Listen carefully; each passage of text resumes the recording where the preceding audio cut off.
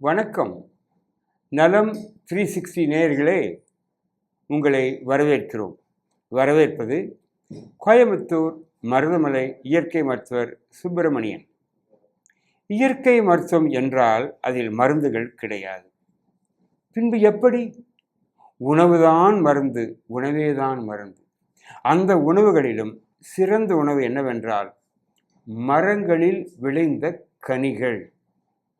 Man is fruitarian. பழங்களை மட்டும் சாப்பிட்டு கொண்டு மனிதன் வாழ முடியுமா? முடியும் என்று உலகத்தில் பலர் நிரூபித்து கொண்டே இருக்கிறார்கள்.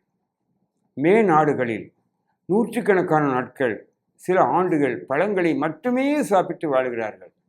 சமையல் கிடையாது, வேக வைத்த உணவு கிடையாது. இதில் ஒரு அற்புதங்களாக அவர்களுக்கு பல நோய்கள் குணமாகி இருக்கின்றன. இயற்கை மருத்துவத்தில் பழங்கள் தான் சிறந்த உணவு, சிறந்த மருந்து.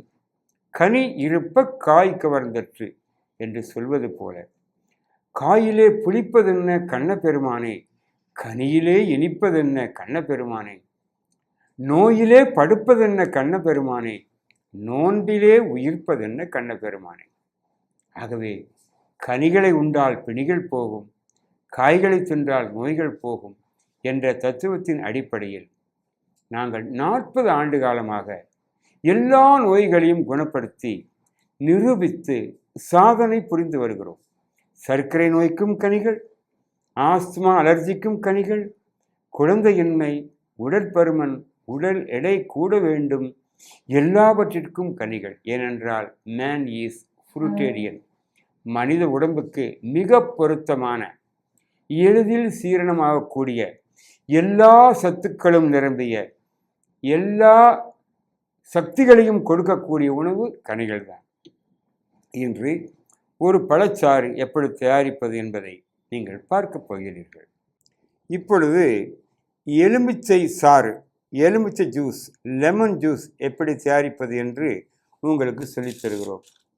எலுமிச்சம்பழம் அமிலம் அல்ல, அது ஒரு என்சைம். பால், தயிர், இட்லி, தோசை போன்றவைதான் அமிலம். ஏனென்றால் அவை புளித்து கொண்டே போகும். எலுமிச்சம்பழம் அப்படி புளித்து கொண்டே போகாது. இப்படி எலுமிச்சம்பழத்தை வெட்டி அந்த கொட்டைகளை நாம் இப்படி கொஞ்சம் நீக்கிக் கொள்ளலாம். ஒரு 50 கிலோ 60 கிலோ உள்ள நபருக்கு அரை பழம் போதுமானது. 60 கிலோவுக்கு மேல் உள்ள நபர்களுக்கு ஒரு பழம் செய்யலாம். இப்பொழுது ஒரு டம்ளர் எடுத்துக்கொண்டு அதில் அதை பிழிய வேண்டும். கையில் பிழிந்து இதிலே அந்த மணிமணியாக அந்த சாறு இருக்கிறது. ஆகவே அதை இப்படி டம்ளரிலே விளிம்பிலே வைத்து அழுத்தினால் அந்த எல்லா மணிகளும் உள்ளே போய்விடும். எல்லா மணிகளும் இந்த விளிம்பிலே வைத்து அழுத்தினால் அந்த மணிமணியாக இருப்பது எல்லாம் போய் ஒரு சொட்டு கூட அந்த சாறு வீணாகக்கூடாது. இயற்கையை நாம் வீண் செய்யக்கூடாது. இப்படி நன்றாக அந்த பழத்தை பிழிந்து ஜூஸ் எடுத்து கொள்ள வேண்டும். ஒன்று வேலை முடிந்தது. தோல் பாருங்கள், அதில் ஜூஸ் பொதுவாக இருக்காது. இதையும் வேறு பயன்படுத்தி கொள்ளலாம். இதிலே கொஞ்சம் தேன் அல்லது நாட்டு சர்க்கரை, வெள்ளை சர்க்கரை பொதுவாக கெடுதல். இந்த தேனை ஊற்றி இதனை கலந்து கொள்ள வேண்டும். இந்த மணிமணியாக இருக்கக்கூடிய எலுமிச்சம்பழத்தை உள்ளே தள்ளி இதை வடிக்கக்கூடாது. இந்த எலுமிச்சம்பழம் புளிப்பும் இந்த இயற்கையான தேனும் அல்லது சர்க்கரையும் சேர்ந்து ஒரு நிமிடமாவது ரசாயன செயல், கெமிக்கல் ரியாக்ஷன், அதாவது இனிப்பும் புளிப்பும் சேர்ந்தால் ஒரு குளுக்கோஸ் உண்டாகும். அதற்கு ஒரு நிமிடமாவது நாம் அதை கலக்க வேண்டும், கலக்கி வைத்திருக்க வேண்டும். அது கலங்கும் பொழுது அது குளுக்கோஸாக மாறிவிடும். பின்புதான் தண்ணீரை ஊற்ற வேண்டும். இதுதான் சரியான முறை. தண்ணீருக்குள்ளே பிழிவது அல்ல. பின்பு இதனை வடிகட்ட வேண்டிய அவசியமில்லை. இந்த கொட்டையை எடுத்து விடலாம். அந்த மணிமணியாக இருக்கக்கூடிய அந்த சாறுடன் சேர்ந்து குடிக்க வேண்டும். இதை சப்பி சப்பி குடிக்க வேண்டும். காலையில் அதிகாலையில் குடிக்கலாம், எந்த நேரமும் குடிக்கலாம். இது ஒரு உற்சாகமூட்டும் பானம். கொழுப்பை கரைத்து வெளியேற்றும், உப்புக்களை வெளியேற்றும், சளியை வெளியேற்றும், கேஸ் வெளியேற்றும்.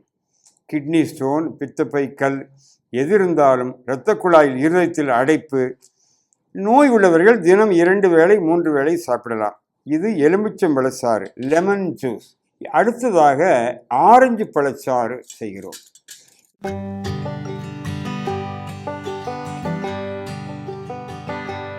இப்படி பிழிந்து கொண்டிருக்கும் போது தேவையான அளவு தேன் அல்லது நாட்டு சர்க்கரையை நாம் உள்ளே சேர்த்து கொள்ளலாம். இப்பொழுது நாம் தேன் சேர்த்துகிறோம்.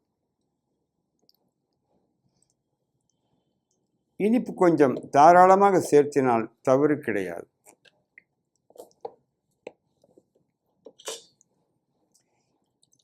சாறு பிழிந்த பின்பு பாருங்கள், ஒரு மணி கூட வீண் பண்ணக்கூடாது. இந்த மணியாக இருக்கிறதெல்லாம் உள்ளே செல்ல வேண்டும். இயற்கை முறையில், என்னுடைய முறையில் சாறுகளை வடிகட்டுவது கிடையாது. பின்பு அந்த தேனையும் இந்த ஆரஞ்சு ஜூஸையும் நன்றாக கலந்து கொள்கிறோம்.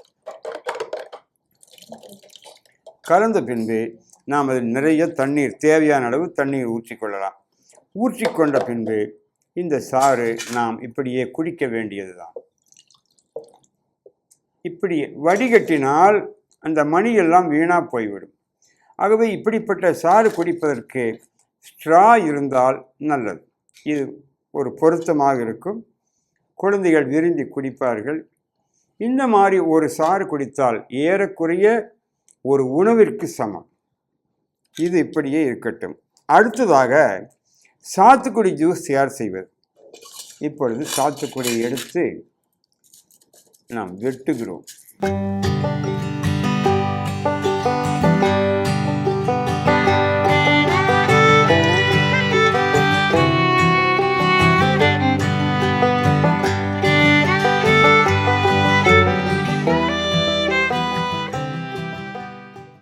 தேனை கடைசியிலும் போடலாம், முதலிலும் போடலாம். இப்பொழுது போட்டுவிட்டால் அது கலந்து கொண்டு இருக்கும்.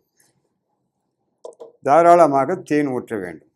ஆயிரக்கணக்கில் மருந்துகளை வாங்குகின்ற மக்கள் தேன் வாங்க சொன்னால் கஞ்சத்தனமாக இருக்கிறார்கள்.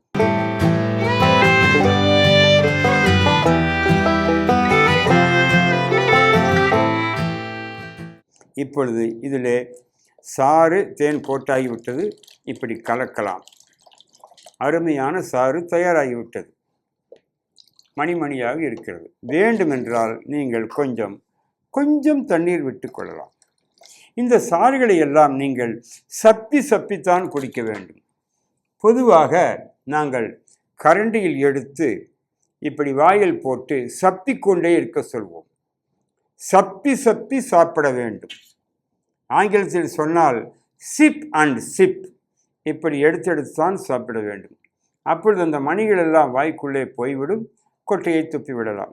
இப்பொழுது 3 சாறுகள், எலுமிச்சம்பழச்சாறு, ஆரஞ்சு சாறு, சாத்துக்குடி சாறு தயார் செய்திருக்கிறோம். இது ஒருவேளை உணவுக்கு சமம். இப்பொழுது 3 பழம் போட்டிருக்கிறோம். நீங்கள் வேண்டுமானால் 5 அல்லது 6 எவ்வளவு பழம் வேண்டாலும் போட்டுக்கொள்ளலாம். ஜூசி ஃப்ரூட்ஸ் தான் எல்லா நோய்களுக்கும் மிகவும் உகந்தது, சிறந்தது. The best therapy is juice therapy என்று சொல்லி இந்த நேயர்களுக்கு, இதை கண்டு கழித்து உண்டு மகிழப்போகும் நேயர்களுக்கு எங்களுடைய நலம் 360 சார்பாக வந்தனங்களும் வணக்கங்களும் நன்றிகளும் உரித்தாகிறது. மீண்டும் அடிக்கடி சந்திப்போம், சிந்திப்போம்.